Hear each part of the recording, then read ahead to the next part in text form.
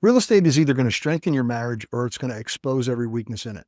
Money, risk, debt, late night contractor calls. This business applies pressure. If you're investing as a couple without structure, it can turn into friction or worse, fights, and it can do it fast. Hey, if it's your first time here, do me a favor, like the video, subscribe to the channel, hit the notification bell so you don't miss practical real estate training built for serious operators. If you don't know who I am, I'm Bud Evans. I'm a retired Air Force officer, retired police officer, and the former mayor of Cinnaminson, New Jersey. I'm an active real estate investor focused on single family and small multifamily properties across 3 states. I mentor veterans, first responders, and some special civilians in real estate. And I founded a low-cost, investor-focused property management company in South Jersey. Look, let's be direct. Real estate investing is tough, and it only works for couples when roles are clear, communication is disciplined, and decisions are made with math, not with emotion. So here's how you keep it smooth and profitable, based on my experience coaching others. First, define your mission and do it together. Why are you investing? Is it financial freedom? Is it for retirement? Is it for legacy for your kids? Or are you replacing a W-2? If you don't agree on the mission, every deal might become an argument. One spouse wants aggressive growth, the other wants safety, one spouse wants income, and the other one wants appreciation. You have to align on the target before you start firing. Second, assign roles based on strengths, not your ego. This isn't about who's in charge. It's about who is competent at what role. The right butt in the right seat. One person might be better at analyzing deals or talking to lenders or negotiating contracts or laying the hammer down on someone if need be. The other might be stronger in bookkeeping or tenant communications or project management or systems and organization. You have to define your roles clearly. When roles are vague, resentment builds. In the military, everybody knows their lane. Real estate shouldn't be different. Speaking as someone who's been with the same woman for 40 years. Look, third, establish decision thresholds. You're going to need rules. You're going to need rules for maximum purchase price, maximum rehab budget, how much debt you can tolerate, how much cash reserves you need, and then what are the expectations on your ROI or your return. If a deal doesn't meet the criteria, it's a no. This is going to prevent emotional arguments at the kitchen table. Let the numbers make your decision. Fourth, schedule structured money meetings. My wife and I have them on Mondays. We do it at a diner, and I can deduct that off my taxes. So don't talk about deals randomly when emotions are high. Have a weekly or bi-weekly meeting. In this meeting, you're going to review your cash flow, your upcoming expenses, the deals in the pipeline, performance metrics, KPIs. Keep it business-like. When you separate out business discussions from your daily life, tension is going to drop. Respect the risk tolerance differences. My wife doesn't like risk at all. I, on the other hand, will throw caution to the wind sometimes. One of you will naturally be more conservative. The other may be more aggressive. Neither one is wrong. It's just your personality. The conservative partner wants to protect the downside.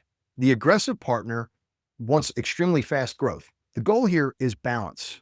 I've been burned because I've been aggressive. If one person constantly feels ignored, you're eventually going to have a conflict that's bigger than the deal itself. Sixth, protect the relationship over any deal. No property is worth damaging your relationship. If a deal creates constant stress, reassess your numbers. You can always find another property, but you can't replace trust. Not easily. Seventh, keep personal and business accounts clean. Do not commingle funds. Blurring your finances are going to just create a ridiculous argument quickly. So have separate business accounts. Make sure that you have clean bookkeeping. Define your owner draws and an agreed upon reinvestment strategy. Know how much you want to hold back. Clarity here is going to reduce suspicion, and suspicion will kill your teamwork. Eighth, build outside advisors together. Don't rely on only each other. The big ones, a CPA, an attorney, your lender, and an experienced mentor. When disagreements are going to arise, refer back to your advisors and your criteria. It will remove emotion and it will remove escalation. 9, celebrate all your wins together.